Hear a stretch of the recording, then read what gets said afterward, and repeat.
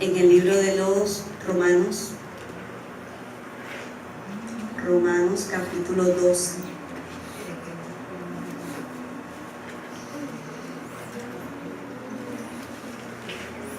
Romanos capítulo 12, leemos la palabra del Señor. En el capítulo 12, versículo 1 al 11, dice la palabra de Dios: Así que, hermanos, os ruego por las misericordias de Dios que presentéis vuestros cuerpos en sacrificio vivo, santo, agradable a Dios, que es vuestro culto racional. No os conforméis a este siglo, sino transformaos por medio de la renovación de vuestro entendimiento, para que comprobéis cuál sea la buena voluntad de Dios, agradable y perfecta. Digo pues, por la gracia que me es dada a cada cual que está entre vosotros, que no tenga más alto concepto de sí que el que debe tener, sino que piense de sí con cordura, conforme a la medida de fe que Dios repartió a cada uno. Vamos fervientes en espíritu, sirviendo al Señor. Gloria a Dios, pueden sentarse. Aquí hay quiero hablar de dos aspectos de este pasaje que nos habla del deber del cristiano. Un deber es una obligación, algo que nosotros tenemos que hacer, ¿verdad? Y lo primero que nos dice es que tenemos que presentarnos como sacrificio vivo, santo, agradable y perfecto.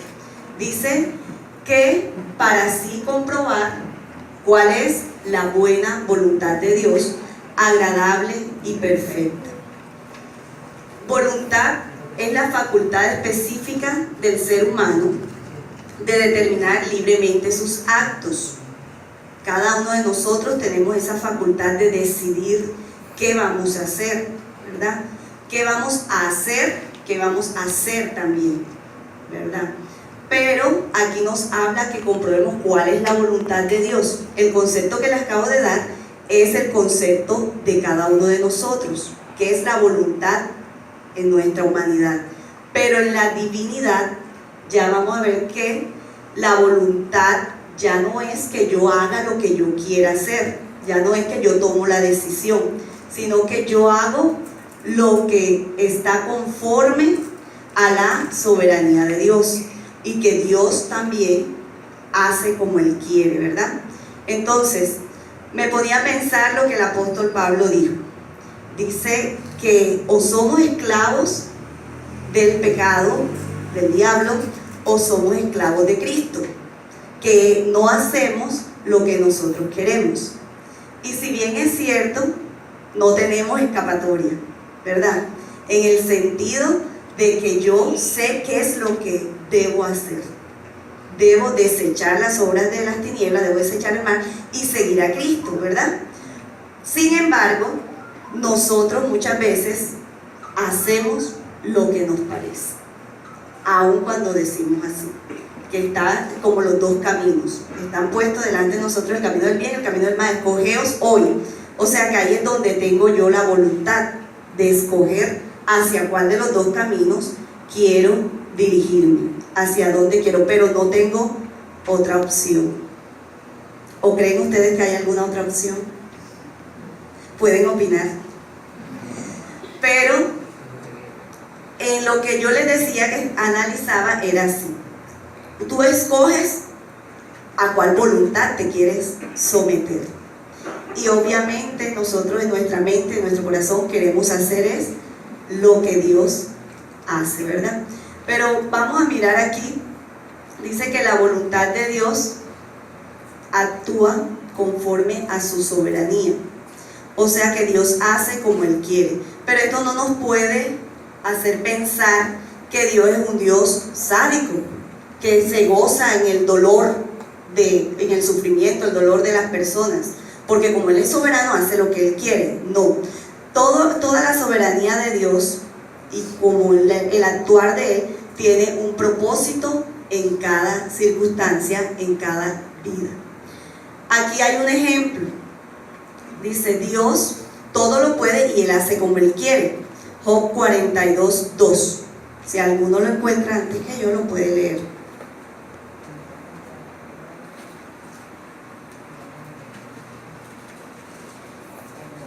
Yo conozco que todo lo puedes y que no hay pensamiento que se esconda de ti. Ahí está hablando Job. Conozco que todo lo puedes, que Dios todo lo puede y Él hace como Él quiere, que no hay pensamiento que se esconda de Él. Y nosotros podemos ver ese ejemplo, que cuando llegaron los hijos de Dios a presentarse, entre esos se presentó también Satanás. Y dice que Él le dijo, Dios le dijo, ¿no has considerado a mi siervo Job? Y él comienza a hablar allí y decir, ay, pero ¿acaso él te sirve de balde?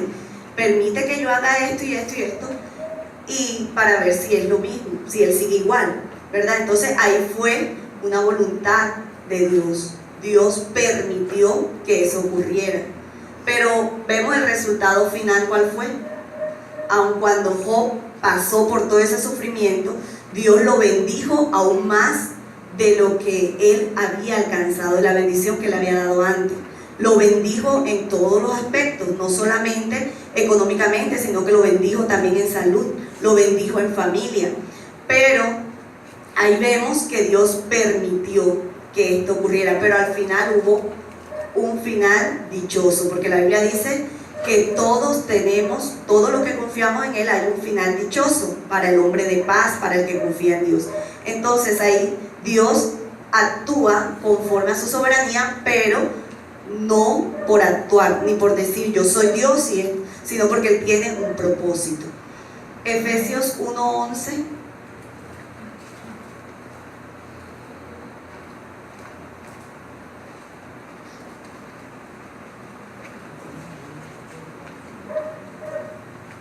Dice, en Él asimismo tuvimos herencia, habiendo sido predestinados conforme al propósito del que hace todas las cosas según el designio de su voluntad. Ahí vemos nuevamente la palabra voluntad y el designio de Él. Él obra conforme a su voluntad. Entonces, vemos que Él actúa como Él quiere, pero que este actuar de Él tiene un propósito. En cierta ocasión se le acercaron a Jesús y le dijeron, Señor, ¿quién pecó, este o sus padres, para que Él esté así ciego? Y Él le dice, ni este ni sus padres, sino para que el nombre de Dios sea glorificado. Entonces el propósito es glorificar su nombre, que el nombre de Dios siempre sea glorificado, y también porque tiene un propósito en nuestra vida. La voluntad de Dios, ahí vemos la soberanía y todo, pero nosotros podemos decir, pero ¿y cuál es la voluntad de Dios? Entonces la Biblia nos habla de que la voluntad de Dios es nuestra santificación. La voluntad de Dios es que no robemos. La voluntad de Dios es que vivamos una vida conforme Él quiere, que amemos a nuestros enemigos. Todo esto es la voluntad de Dios. Esta voluntad es la voluntad revelada. Digamos que la voluntad soberana, Él la tiene, ¿verdad? Es de Él y Él hace como Él quiere. Y la voluntad revelada es aquella que Él nos ha dejado en su palabra y que también nos ha dejado grabada en nuestros corazones, en nuestra conciencia, porque todo ser humano, aun cuando no sea cristiano, tiene en su conciencia el que debe respetar a un ser superior a él mismo, aun cuando algunos crean que ese ser es una vaca, que otros crean que es el sol, pero en sus conciencias está que hay alguien superior al cual deben respetar y venerar. Nosotros sabemos quién es nuestro Dios, a cuál Dios es el que debemos alabar y adorar, que es al Todopoderoso, el que creó los cielos y la tierra. Entonces es la voluntad de Dios revelada. Cuando en nuestra vida suceden cosas, pasan circunstancias, adversidades, entonces nosotros no podemos ponernos a pensar, pero ¿por qué esto? ¿Por qué Dios permitió que esto me pasara?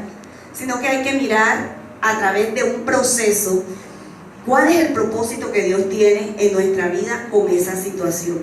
Pero ¿qué hacemos nosotros? Aun cuando hemos escuchado cantidades de mensajes que nos hablan acerca de que Dios tiene un propósito contigo, de que cuando atravieses el desierto es porque va a haber una victoria, de que cuando estés en estos momentos difíciles de angustia, no te desanimes, sigue adelante. Cuando llegan es difícil, ¿verdad?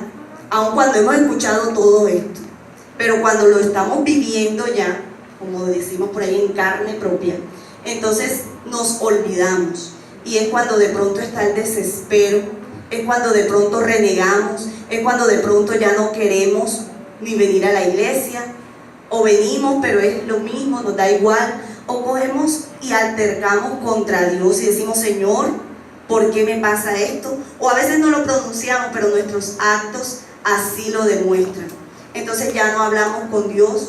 Entonces ya sí hablo con Dios cada vez que llego a la presencia de Dios a quejarme: ¿por qué me está ocurriendo esto? Porque a mí no he pasado todavía aquello, cuando ya viene esto. O digan ustedes, cuando nos dan un diagnóstico malo que está afectando nuestra salud, ¿qué pensamos enseguida? Me voy a morir.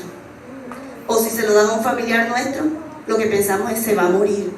¿Y ahora qué vamos a hacer? ¿Y qué va a pasar? Y no nos detenemos a pensar qué es lo que Dios quiere a través de este diagnóstico. ¿Se quiere Dios glorificar? ¿Quiere enseñarme algo? ¿Quiere hacer que mi carácter madure? ¿Quiere obrar de alguna forma en mi vida? Entonces estamos siempre quejándonos, o estamos, como decía la pastora Liliana en cierta ocasión, que hay pruebas que se repiten en tu vida y se repiten porque no las has superado, porque te quedaste ahí sumido y no has podido. Y que igual que en el colegio, cuando un estudiante pierde un examen, entonces viene la recuperación y viene el plan de mejoramiento y viene esto. Entonces así, decía ella, así es también con Dios. Entonces nosotros tenemos que hacer viva esta palabra, que sé que la hemos escuchado muchas veces, pero que en esos momentos a veces pareciese que se nos olvidase.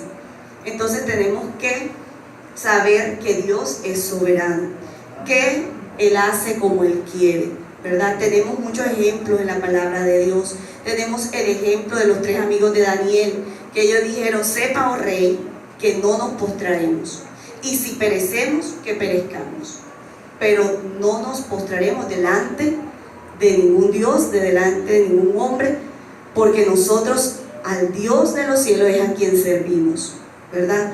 Y vemos al final la recompensa que ellos tuvieron. Pero así Dios no hubiese obrado ahí, ellos ya habían declarado que Dios seguía siendo Dios. ¿Y qué hizo este soberano, el rey?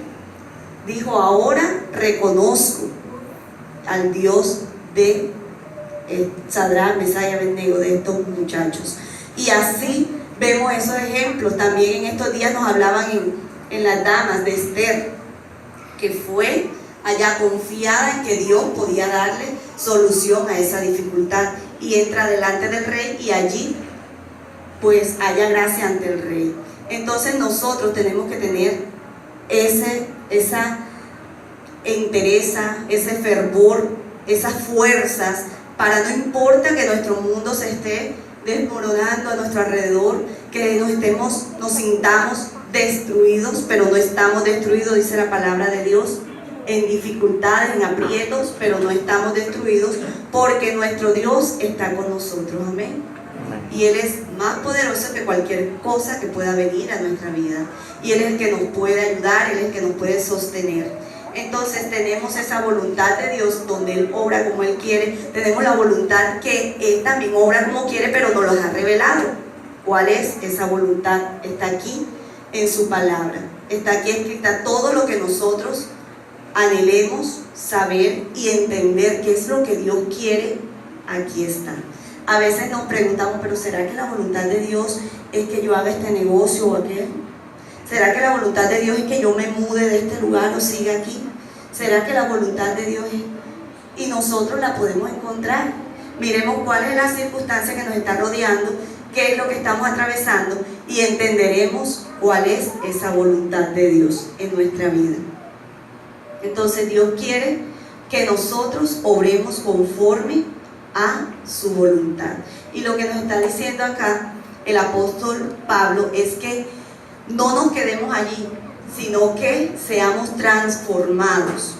Que ese problema, que esa situación que estamos atravesando no nos haga quedarnos allí a un rincón, sino que nos transformemos por medio de la renovación de vuestro entendimiento, y así comprobemos cuál es la buena voluntad de Dios, agradable y perfecta.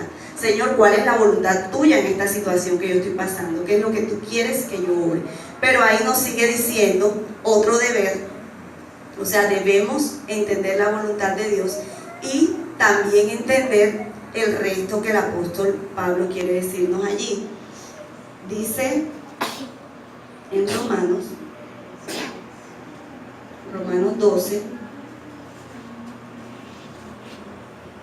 dice la otra parte, el 3, dice: digo pues, por la gracia que me es dada, que a cada cual que está entre vosotros, que no tenga más alto concepto de sí que el que debe tener, sino que piense de sí con cordura, conforme a la medida de fe que Dios repartió a cada uno. Luego dice el 16, Romanos 12, 16, dice: unánimes entre vosotros, no altivos, sino asociándoos con los humildes, no seáis sabios en vuestra propia opinión. A través del apóstol Pablo, esta también es la voluntad de Dios que Él nos está mostrando aquí. ¿Cuál es esa voluntad de Dios revelada también a nuestras vidas? No solo en este capítulo de Romanos, hay muchos otros pasajes que corroboran que la voluntad de Dios es que nosotros amemos al prójimo. Dice: no altivos, sino asociándoos con los humildes. ¿Qué pasa muchas veces en nuestra vida? Como cristianos, ya de antemano, la palabra nos muestra que muchas personas quisieron ser así, altivas. Altivas es lo mismo que arrogante. Una persona que no es humilde, una persona que cree saberlo todo, una persona que cree que hace mejor las cosas que el otro. Y aunque esto debiera verse solamente allá afuera, ¿verdad? Porque el Señor Jesús le dijo a sus discípulos: los reyes se enseñorean de las naciones, mas entre vosotros no será así. Dios lo dejó claramente ahí escrito a través de su Hijo Jesucristo, dice Él. Y el contexto que rodea ese pasaje es que ellos dijeron: cuando ya tú no estés, ¿cuál de nosotros asumirá? ¿Quién será? Y otros dijeron también, la madre de los hermanos Boanerges, dijeron: Señor, permite que el uno se siente a tu derecha y el otro a tu izquierda, también pidiendo un lugar, pidiendo un puesto, pidiendo un reconocimiento. ¿Por qué? Porque tal vez ellos pensaban en ese momento que ellos eran mejor que los otros discípulos, que ellos podían hacer las cosas mejor, que ellos podían estar más cerca de Jesús que los demás. Así muchas veces, y aunque no debiera ser, lo hacemos nosotros. Tal vez nosotros estamos en alguna red, aquí hay muchas redes donde nosotros servimos, y tal vez en algún momento pensamos: pero yo lo hago mejor que tal hermana, pero yo lo puedo hacer mejor, o aquel lo hizo mal, está incumpliendo con esto, está incumpliendo con aquello. No, definitivamente no debería estar en ese puesto, ahí debería estar yo. Estamos siendo arrogantes, estamos siendo altivos. Lo que la palabra nos está diciendo, que no seamos de esa manera. Dice: ninguno tenga más alto concepto de sí que el que deba tener, sino piense de sí con cordura, ¿verdad? Sabiendo que Dios repartió a cada uno conforme a la medida de la fe. Y ahí sigue diciendo: porque de la manera que en un cuerpo tenemos muchos miembros, pero no todos los miembros tienen la misma función, así nosotros, siendo muchos, somos un cuerpo en Cristo, y todos miembros los unos de los otros. Ahí no quiere decir que ninguno es más que el otro. Dice: todos miembros los unos de los otros. De manera que teniendo diferentes, somos diferentes porque tenemos diferentes dones, Dios nos ha dado diferentes capacidades, pero dice: teniendo diferentes dones según la gracia que nos es dada. Si el de profecía, úsese conforme a la medida de la fe, o si de servicio, en servir, o el que enseña la enseñanza, el que exhorta la exhortación, el que reparte con liberalidad, el que preside con solicitud, el que hace misericordia con alegría. El amor se hace sin fingimiento, aborreced lo malo, seguid lo bueno. Amaos, vuelve a decir, amaos los unos a los otros con amor fraternal. En cuanto a honra, prefiriéndoos los unos a los otros. Si esto está tan claro en su palabra, no solo ahí, sino también en Juan, en las epístolas de Juan, nos habla acerca del amor, nos habla acerca de dice hasta un pasaje, dice que mirad que si os coméis, mirad que no os consumáis, porque había tanta discordia entre las iglesias, entre los Gálatas, entre estas iglesias, había tanta discordia que una vez tuvo que decir así el apóstol Pablo, pero no debería entre nosotros ser así. Entre nosotros debe haber tal humildad, tal servicio a Dios, a nuestros hermanos, que esa palabra altivos, arrogantes, no debe estar nombrada ni siquiera entre nosotros. Pero lamentablemente muchas veces somos así. Muchas veces decimos, es que yo le quiero presentar un excelente servicio a Dios, pero no haciéndolo con humildad, no haciéndolo con en realidad un corazón tan agradecido con Dios que desea servirle, sino es para ver qué me dicen cuando yo me baje de aquí, qué me dicen si cantaste bonito, si no cantaste bonito, si predicaste bonito, si no predicaste. Y el propósito de predicar, de cantar, de servir es agradar a Dios, no es escuchar un comentario de nuestro hermano que nos diga que bien lo hiciste, o que nos diga, ay, no me pareció, eso estuvo mal, ¿verdad? Ay, las alabanzas hoy estuvieron feas, pero sí hay que hacerlo con excelencia para Dios, pero no son las alabanzas para mis hermanos. El mensaje que Dios manda, a algunos les hablará, a otros no les hablará, a algunos les parecerá aburrido, otros se dormirán, otros harán diferentes acciones, pero Dios hace como Él quiere. Y si es cierto, vuelvo y digo, hay que dar un excelente servicio a Dios, pero no es para que los hermanos que estén aquí alaben la labor o la desaprueben, porque todo debe ser para el Señor. Dice que cuando aparezca el príncipe de los pastores, Él dará la recompensa a cada uno. Es Dios el que la dará. O el que dirá, apartaos de mí, hacedores de maldad. Señor, en tu nombre yo hice esto, hice aquello, apartaos de mí, no os conozco. Será Él el que diga, no somos nosotros. No somos nosotros los que tenemos esa autoridad. Entonces Dios quiere que nosotros estemos unánimes con nuestros hermanos. La palabra unánime es estar unidos, es estar de acuerdo, es buscar que mi hermano y yo estemos en comunión, unánimes. Dice la palabra de Dios, unánimes entre vosotros, no altivos, sino asociando con los humildes. No seas sabio en tu propia opinión.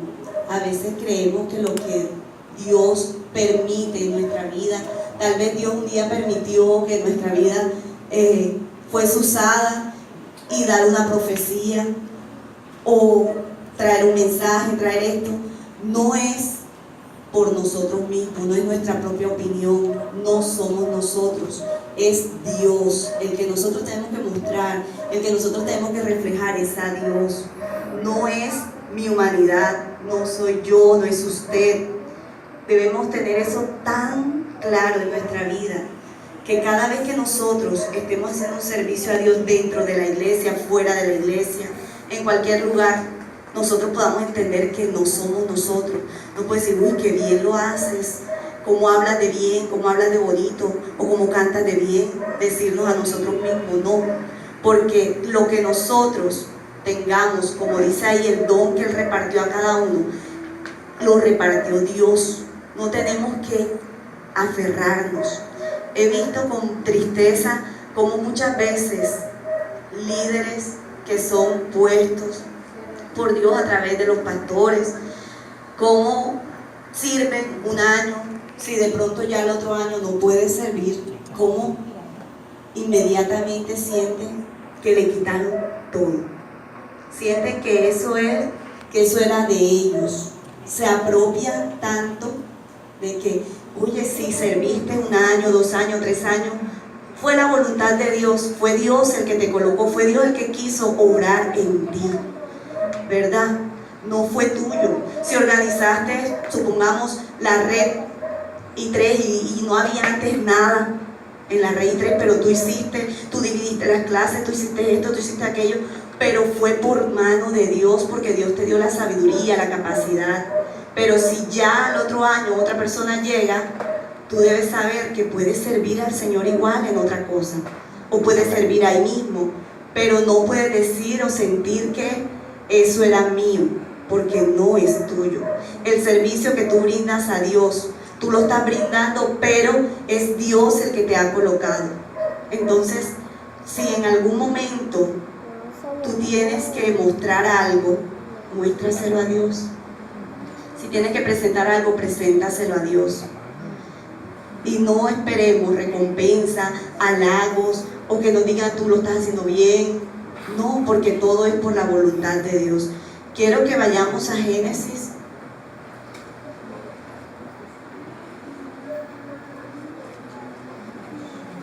Génesis capítulo 41.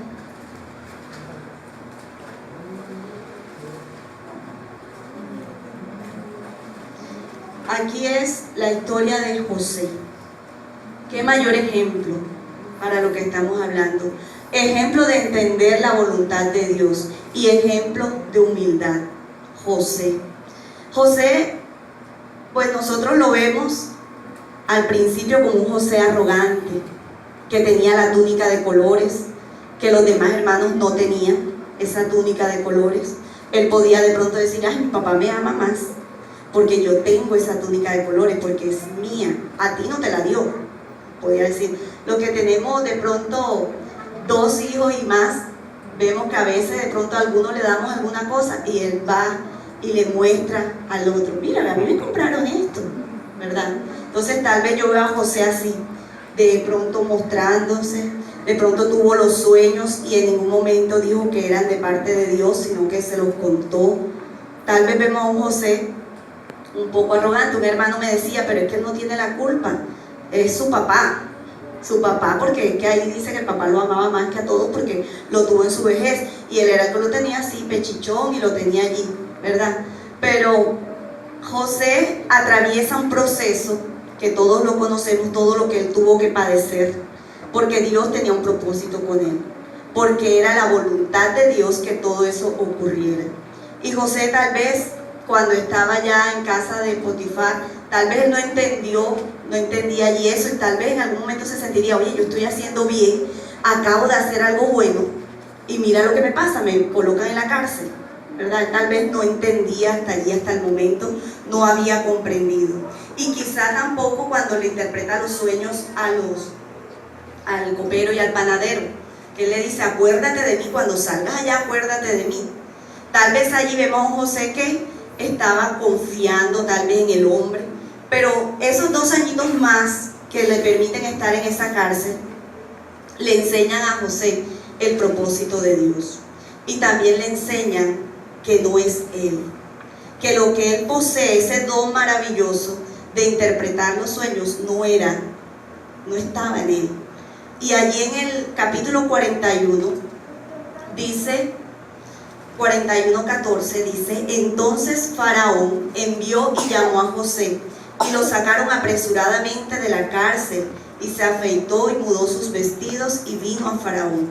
Y dijo Faraón a José, yo he tenido un sueño y no hay quien lo interprete, mas he oído decir de ti que oyes sueños para interpretarlos.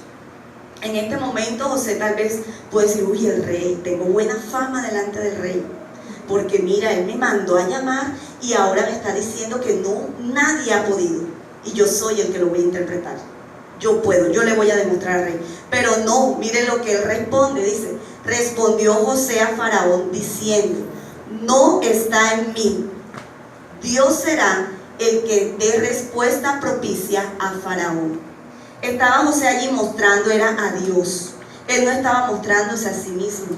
Él estaba mostrando que era Dios el que iba a dar la interpretación, porque de Dios son las interpretaciones. Y dice allí que él le responde de esa manera a Faraón. Dios será el que dé respuesta. ¿Cuántas veces nosotros queremos mostrarnos a nosotros mismos? ¿Cuántas veces creemos que si tengo el don de sanidad, yo voy a mostrarme, ay, aquel está enfermo, voy a ir allá para que él vea que yo sano a los enfermos? Siempre tenemos que mostrar a Jesús, mostrar a Dios en nuestra vida. Dice, entonces respondió José a Faraón, el 25 del mismo capítulo. El sueño de Faraón es uno mismo. Y luego le dice José allí, dice, Dios ha mostrado a Faraón lo que va a hacer. ¿Quién era el que lo había mostrado? Dios, el que había mostrado a Faraón lo que iba a hacer. Y José comienza a dar esa interpretación. Faraón al principio le dijo: he oído decir de ti. He oído decir de ti que puedes interpretar los sueños.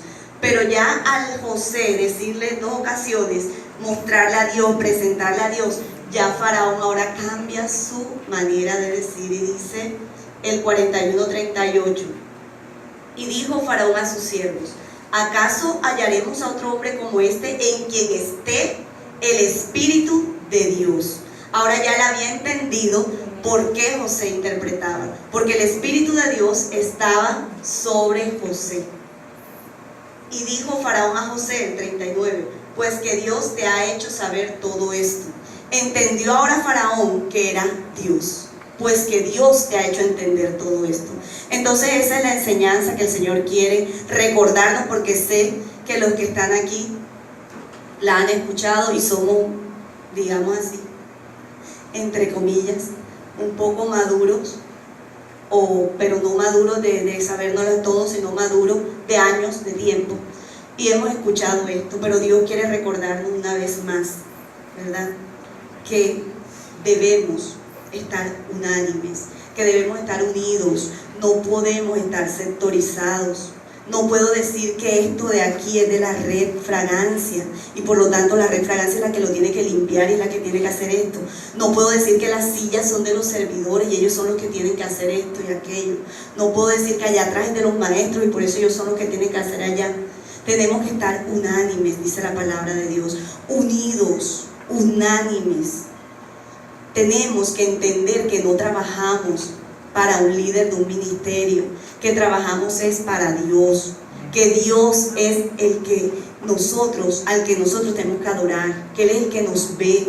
Tenemos que entender que no es ningún líder, no es ni nuestro pastor, ni nuestros pastores, no son ellos, es a Dios, al cual le servimos, al cual adoramos.